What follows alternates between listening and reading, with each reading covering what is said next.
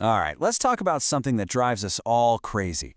You're trying to stream a movie, hop on a video call, or maybe just scroll online, and bam, the internet just crawls to a stop. What if I told you the problem isn't your internet provider? What if it's that innocent-looking green leafy thing sitting in your living room? Oh, that spinning wheel of death, the buffering icon. It is probably one of the most frustrating things in modern life, right? You've tried everything. You've restarted the router a dozen times. You've probably yelled at your internet provider, but the problem is still there. So what on earth is really going on? You know, when our Wi-Fi starts acting up, our minds instantly go to the same old checklist of problems. We've all been there, blaming the things we're supposed to blame. Yeah, we run through the same list every time, don't we? Maybe I need a better plan. Maybe the entire neighborhood is streaming at the same time. Or maybe my router is just ancient, or it's tucked away too far in a corner. And look, a lot of the time, those are totally valid reasons. But what about when you've checked all those boxes and your connection still stinks? Well, it turns out the real source of your internet headache could be hiding in plain sight, just masquerading as some nice home decor. No, I'm not kidding. You heard that right. That gorgeous fiddly fig you love so much could be secretly waging war on your Wi-Fi signal.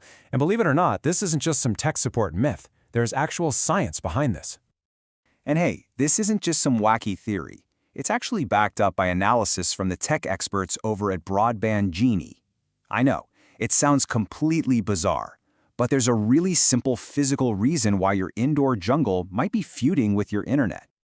So, how in the world can a simple plant mess with your Wi-Fi? Well, the answer is all about the basics of how Wi-Fi signals work and, what plants are actually made of. Just think of your Wi-Fi router like a little radio station. It's constantly broadcasting internet data out in every direction using these invisible radio waves. Your phone, your laptop, all your gadgets, they're the receivers tuning into that signal. And for a really strong connection, those waves need a nice, clear path. Okay, so here's the kicker. What's the #1 ingredient in any happy, healthy plant? Water. Lots and lots of water. And as it turns out, water is basically kryptonite for Wi-Fi's radio waves. It doesn't stop them completely like a brick wall, but it soaks up and scatters the signal, which really weakens it before it can get to your device. Let me put it another way. Imagine a clear, open path. That means a strong, crisp signal. But now, put a big, leafy plant in the way.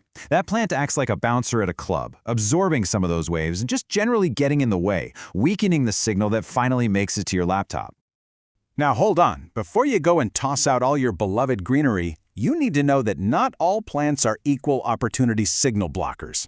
A tiny little plant with just a few leaves probably isn't going to make any difference you'd ever notice. But if you've got a big, dense plant with huge, watery leaves, like those super popular Monstera plants, or maybe a whole bunch of plants clustered together right next to your router, that's a completely different story. The more water and sheer mass you put between the router and your device, the more interference you're going to get. So here's the best part of this whole thing. The fix is ridiculously easy. You don't need to buy a new router, you don't need a degree in IT. Honestly, you just need to do a tiny bit of redecorating. I am not exaggerating. This might be the fastest and definitely the cheapest tech solution you'll ever find. We're literally talking about a fix that takes less than a minute and costs $0. So what's the game plan? Super simple. First, just move your router. Give it a little breathing room. Even just a foot or two away from your plants can make a world of difference. Second, don't forget that plants grow. A setup that was perfectly fine last year might be causing problems now that your plant has gotten bigger and denser. And finally, if you've got a bigger place, this little trick works even better if you're also using Wi-Fi extenders. And this whole idea about plants blocking signals, it doesn't just stop there. The exact same logic applies to a whole bunch of other things you probably have around your house. The main takeaway here is really simple. Your Wi-Fi router needs open space to do its best work. Anything you stick right in its path, whether it's a plant, a big stack of books, whatever, it's like putting a hurdle in front of the signal, and that's just going to weaken your connection. Think about it for a second. A big solid wood bookcase, a huge stack of textbooks. Yep, those can block the signal just like a plant. And get this, even putting your phone or your laptop right next to the router can cause some signal interference. Crazy, right? So if you only remember one thing from all this, make it this: don't suffocate your router. Seriously, give your router some breathing room. That little bit of clear space around it can give you a massive boost in your Wi-Fi performance. Kind of makes you wonder, doesn't it? Go on, take a look at your router right now.